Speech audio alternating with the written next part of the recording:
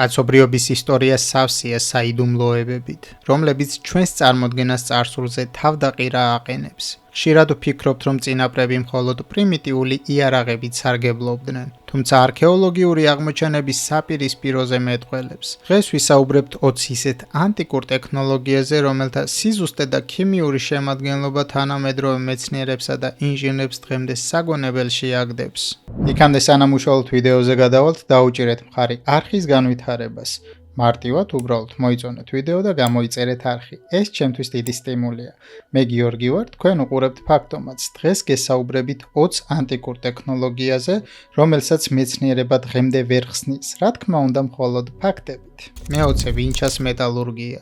7000 წლის წინ, როდესაც ევროპის უდიდესი ნაწილი ჯერ კიდევ ქვის ხანაში იმყოფებოდა, ვინჩას კულტურა სპილენძის დნობისა და დამუშავების უმაღლეს დონეს ფლობდა. არქეოლოგიურმა გათხრებმა გამოავლინა უძველესი სახელოსნოები და სპეციალური ღუმელები, სადაც ტემპერატურა ისე ზუსტად კონტროლდებოდა, რომ მადანი სუფთა ლითონად გარდაიქმნებოდა. ეს აღმოჩენა ამტკიცებს, რომ მეტალურგიული რევოლუცია იმაზე 10 წლეულებით ადრე დაიწყო, ვიდრე ადრე გვეგონა. დღემდე გამოცანად რჩება, როგორ მიაღწიეს მათ ასეთ ქიმიურ და ფიზიკურ ცოდნას ყოველგვარი თანამედროვე ხელსაწყოებისა თუ საზომების გარეშე. 19. დენდერას რელიეფი. ეგვიპტის ერთ-ერთ ტაძარში გამოსახულია ფიგურები, რომელსაც ხელში უჭირავთ საგნები, რომლებიც საოცრად გავს თანამედროვე ელექტრონათურებს. რელიეფზე ჩანს გველები, რომლებიც მოგვაგონებს ვოლფრამის ძაფებს, ხოლო სადენები კვების წყაროს.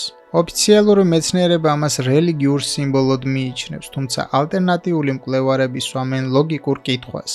როგორ ახერხებდნენ ეგვიპტელები პირამიდების ბნელი ლაბირინთების განათებას ისე, რომ კედლებზე ჭვარტლისა და ჩირაღდნების კვალი არსად ჩანს. შესაძლოა ისინი მართლაც ფლობდნენ ელექტროენერგიის გამოყენების რაიმე ფორმას, რაც ისტორიამ დაივიწყა. 18. კოსტარიკის ქვების სფეროები. კოსტარიკის გაუვალ ჯუნგლებში მიმოფანტულია ასეულობით ქვის ბურთი, რომელთა ზომა რამდენიმე სანტიმეტრიდან 2 მეტრამდე მერყეობს. წონა კი ხშირად 15 ტონას აღწევს. ამ არტეფაქტების მთავარი საოცრება მათი გეომეტრიული სიზუსტეა. ისინი თითქმის idеალურ სფეროებს წარმოადგენენ. მათი დამზადება ურთულესი მათემატიკური გამოთვლებისა და უზუსტესი ხელსაწყოების გარეშე პრაქტიკულად შეუძლებელია. მეცნიერებს დღემდე არ აქვს პასუხი, რა დანიშნულება ჰქონდა ამ სფეროებს. როგორ შეძლეს მათ ასეთი სიზუსტით გამოთვლა, ან როგორ გადაადგილეს ეს მძიმე ლოდები ურთულეს რელიეფზე 1000 წლის წინ. 17. ულფბერტის מחვილები. ვიკინგების ეპოქის ეს ლეგენდარული מחვილები დამზადებულია ისეთი სუფთა ფოლადისგან, რომლის მსგავსის მიღება ევროპაში მხოლოდ ინდუსტრიული რევოლუციის პერიოდში გახდა შესაძლებელი. מחვილში ნახშირბადის შემცველობა იდეალურ ბალანსშია, რაც ლითონს წარმოუდგენელ სიმტკიცესა და მოქნილობას ანიჭებს ბრძოლაში. ასეთი ხარისხის მისაღებად საჭიროა მადნის დნობა 1650 გრადუს ცელსიუსზე, რაც მაშინდელი ტექნოლოგიებით აბსოლუტურად მიუღწევლად მიიჩნეოდა. საიდან ფლობდნენ სკანდინავიელი მჭედლები მეტალურგიის ამ საიდუმლო ცოდნას. მეცნიერებისთვის დღემდე ამოუხსნელ ამოცანად რჩება. 16. ლონდონის ჩაკუჩი. 1936 წელს ტეხასში აღმოაჩინეს ჩაკუჩი, რომელიც პირდაპირ კლდეში იყო ჩაზრდილი. გეოლოგიური კვლევების თანახმად ქანი, რომელშიც არტეფაქტი იპოვეს, მილიონობით წლისაა. თავად ჩაკუჩის თავი შედგება 96%-ზე მეტი სუფთა რკინისგან, რაც ბუნებაში თანამედროვე ტექნოლოგიური დამუშავების გარეშე არ გვხვდება. მიუხედავად იმისა, რომ ბევრი სკეპტიკოსი ამას გეოლოგიურ შეცდომას უწოდებს, არტეფაქტი მაინც უდიდეს საიდუმლოდ რჩება. კითხვა მარტივია, თუმცა პასუხგაუცემელი.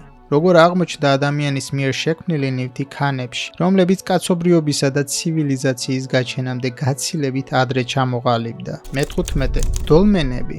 ეს გიგანტური ქვის ნაგებობები გვხვდება როგორც ევროპაში, ისე აზიაში, მათ შორის საქართველოშიც. მათი აგების პრინციპი ერთი შეხედვით მარტივია, 2 ლოდი და ზემოდან გადახურვა. თუმცა მათი წონა ხშირად ათეულობით ტონას აღწევს.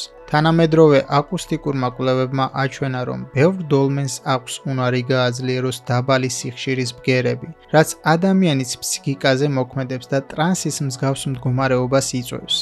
ისმის კითხვა, იყო ეს მხოლოდ პრიმიტიული საფლავები თუ უძველესი ენერგეტიკული ან აკუსტიკური მოწყობილობები, რომელთა მუშაობის ზუსტი პრინციპი და დანიშნულება ჩვენი ცივილიზაციისთვის უცნობია. 14. პაისტოს დისკო. კრეტაზე აღმოჩენილი ეს თიხის დისკო დაფარულია უცნაური იეროგლიფებით, რომლებიც სპირალისებურად არის განლაგებული ორივე მხარეს.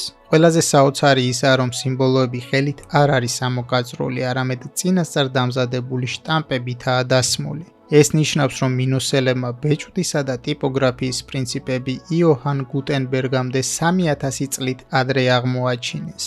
დისკოზე დატანილი ტექსტი დღემდე გაუშიფრავია და არც ერთი სხვა მსგავსი ნიმუში არქეოლოგიაში არ არსებობს. ეს არტეფაქტი ამტკიცებს, რომ ანტიკურ სამყაროში არსებობდა ტექნოლოგიური მიღწევები, რომლებიც მოგვიანებით 1000 წლეულებით დაიკარგა. მე-13 ჰიერაპოლისის ხერხი. ეს არის მექანიკური ინჟინერიის ნამდვილი ანტიკური შედევრი. მე-3 საუკუნეში რომაელებმა შექმნეს მანქანა, რომელიც წყლის ენერგიას იყენებდა, ქვის უზარმაზარი ლოდების ავტომატურად დასახერხად. აქ პირველად ისტორიაში იქნა გამოყენებული მექანიზმი, რომელიც დღეს ნებისმიერი შიგაწვის ძრავის ფუნდამენტური საფუძველია. ეს აღმოჩენა ნათლად ამტკიცებს, რომ ანტიკური სამყარო ინდუსტრიული რევოლუციის ზღვარზე იდგა, თუმცა რატომღაც ეს გენიალური ცოდნა საუკუნეების განმავლობაში სრულიად დაიკარგა. როგორი იქნებოდა სამყარო დღეს რომაელებს, რომ ეს ტექნოლოგია კიდევ უფრო მეტად განევითარებინათ. მე-12 ნანმანდოლი. წყნარ ოკეანეში მდებარეობს ეს საოცარი წყლის ქალაქი.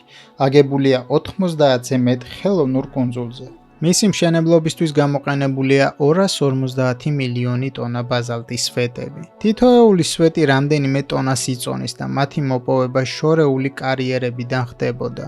ადგილობრივი ლეგენდების თანახმად ქვები ჰაერში მიფრინავდნენ მაგიური ძალების დახმარებით.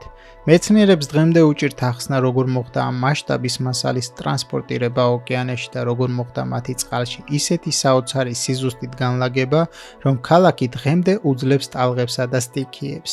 ეს ნამდვილი საინჟინრო საოცრებაა. მე-11 ელორას კაილასას ტაძარი.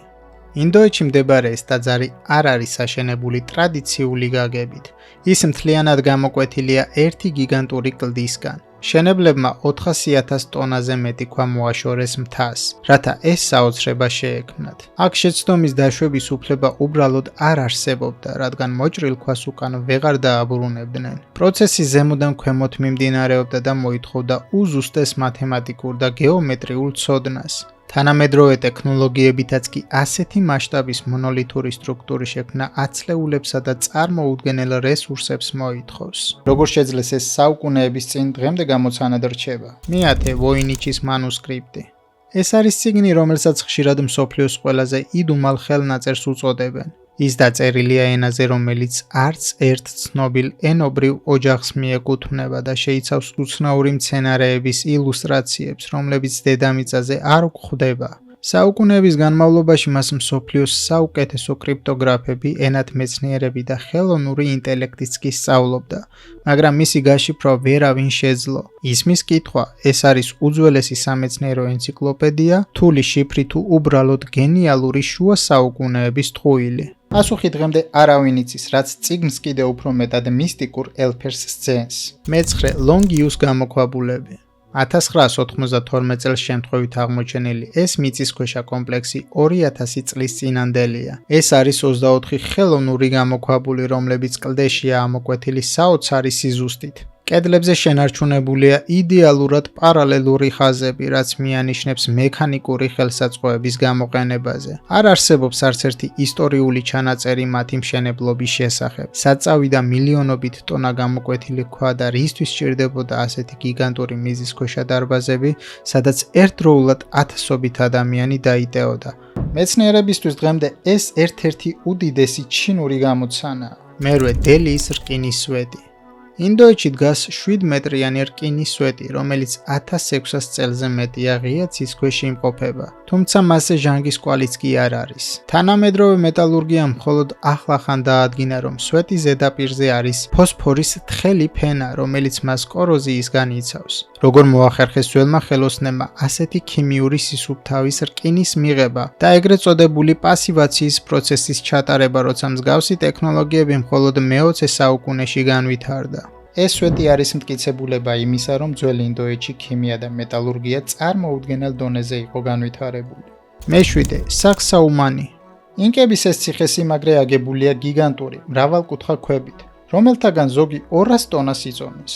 ქვები ისე მჭიდროდ არის ერთმანეთზე მორგებული, რომ მათ შორის ნემსაც კი ვერ გაატარებთ. მათ არ გამოუყენებიათ არანაირი დუღაბი. ქვები უბრალოდ იდეალურად ზის ერთმანეთში თავისი ფორმებით. როგორ შეძლეს ხალხმა, რომლებსაც ოფიციალური ისტორიით არ ჰქონდათ რკინის იარაღები და ბორბალი, ამ მასშტაბის ლოდების დამუშავება და ისეთი სიზუსტით განლაგება, რომ მათ ძლიერმა მიწისძვრამაც კი საუკუნეების განმავლობაში ვერაფერი დააკლო. მეექვსე, პუმუპუნქუს ქვები. ეს ადგილი ნამდვილი ინჟინრების კოშმარია. აქაური ანდიზეტის ბლოკები ისეთი სიზუსტით არის მოჭრილი, თითქოს თანამედროვე ლაზერული დაზგა გამოეყენებინათ. ქვებზე არსებული ხვრელები და რთული ღარები მილიმეტრის სიზუსტით მეორდება თითოეულ დეტალზე. ანდეზიტი ერთ-ერთი ყველაზე მყარი ქანია და მისი ასეთი დამუშავება მხოლოდ ალმასის საჭრელი ხელსაწყოებითაა შესაძლებელი. მინდა როგორ ფლობდა ასეთ ტექნოლოგიას 1500 წლის წინ ტიუანაკოს მაღალმთიანეთში, სადაც აერიც კი გაიშვიათებულია მძიმე ფიზიკური შრომისთვის. პასუხი დღემდე არ არსებობს. მეხუთე, რომაული ბეტონი.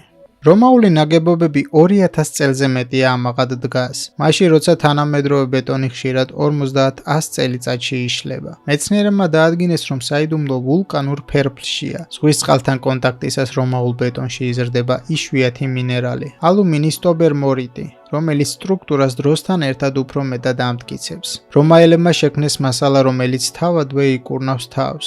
ამ უძველეს ტექნოლოგიის სრულყოფილი აღდგენა და გამოყენება თანამედროვე მშენებლობაში მეცნიერების ერთ-ერთი მთავარი მიზანია. მეოთხე, ბერძნული ცეცხლი. ეს იყო ბიზანტიის იმპერიის ნამდვილი სუპერიარაღი, საიდუმლო ნივთიერება, რომელიც სპეციალური მილებიდან იფრქვევდა და წყალზეც კი ძლიერად იწვოდა. მისი ჩაქრობა წყლით პრაქტიკულად შეუძლებელი იყო. პირიქით, წყალი წვას კიდევ უფრო აძლიერებდა. ამ იარაღმა ბიზანტიამ მრავალჯერ გადაარჩინა მტრის შემოსევებისგან და სრულიად განადგურებისგან. ფორმულა იმდენად გასაიდუმლოებული იყო, რომ იმპერატორებმა საფლავში წაიღეს.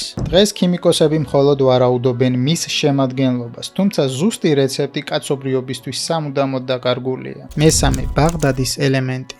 პატარა თიხის ქილა სპილენძის ცილინდრი და რკინის ღერო, ეს არის 2000 წლის წინანდელი მოწყობილობა, რომელიც საოცრად გავს თანამედროვე ელექტროელემენტს. მეცნიერულმა ექსპერიმენტებმა აჩვენეს, რომ თუ ქილაში ლიმონის წვენს ან ძმას ჩავასხამთ, ის მცირე ძაბვის ელექტროენერგიას წარმოქმნის. რატომ სჭირდებოდათ ელექტროენერგია ანტიკურ ხანაში? შესაძლოა მას ლითონების მოოქროვებისთვის ან სამედიცინო, ტკივილგამაყუჩებელი მიზნებისთვის იყენებდნენ.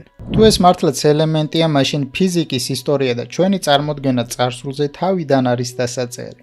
მეორე, დამასკოს ფოლადი. შუა საუკუნეების מחვილები, რომლებსაც ლეგენდების თანახმად ჰაერში აბრეშუმის გაჭრა შეეძლოთ, ნამდვილი ტექნოლოგიური სასწაულია. თანამედროვე კვლევებით მათში ნანომილაკები აღმოაჩინეს. სტრუქტურა, რომელიც მხოლოდ 21 საუკუნეში იქნა მეცნიერულად შესწავლილი. ეს ნანოსტრუქტურები ფოლადს წარმოუდგენელ სიმტკიცესა და მოქნილობას ანიჭებდა. სამწუხაროდ მე-18 საუკუნეში წარმოების საიდუმლო ფორმულა დაიკარგა და მიუხედავად უამრავი მცდელობისა, ზუსტად იმავე თვისებების მქონე ფოლადის მიღება დღემდე ვერც ერთმა მეტალურგმა ვერ შეძლო. პირველი, ბალბეკის ტრილიტონები. ბალბეკის ტაძრის საძირკველში დევს 3 გიგანტური ქვა, რომელთაგან თითოეული 800 ტონას იწონის. ისინი ისეთი სიზუსტით არიან მორგებული, რომ მათ შორის ნაპრალი საერთოდ არ არსებობს. ახლოს მდებარე კარიერში კი დევს დაუმთავრებელი ლოდი, რომელიც 1000 ტონაზე მეტია. როგორ შეძლეს ადამიანებმა 1000 წლეულების წინ ასეთი კოლოსალური მასების დაძვრა, ტრანსპორტირება და 7 მეტრის სიმაღლეზე ატანა? ეს კითხვა დღემდე თანამედროვე ინჟინერიისა და არქეოლოგიის ყველაზე დიდი ამოუხსნელი გამოცანაა. როგორც დაინახეთ, წარსული გაცილებით უფრო იდუმალი და განვითარებულია, ვიდრე ამას სახელმძღვანელოები გვასწავლიან. ეს არტიფაქტები გვახსენებს, რომ ცივილიზაციის პროგრესი ყოველთვის წრფივი არ არის და ბევრი გენიალური მიღწევა დრომს სამუდამოდ წაშალა. რომელი ტექნოლოგია იყო თქვენთვის ყველაზე დაუჯერებელი? გამიზიარეთ თქვენი აზრი კომენტარებში და არ დაგავიწყდეთ არხის გამოწერა, რათა არ გამოტოვოთ კიდევ ბევრი საინტერესო ისტორიული საიდუმლო ფაქტომატთან ერთად. მომავალ შეხვედრამდე.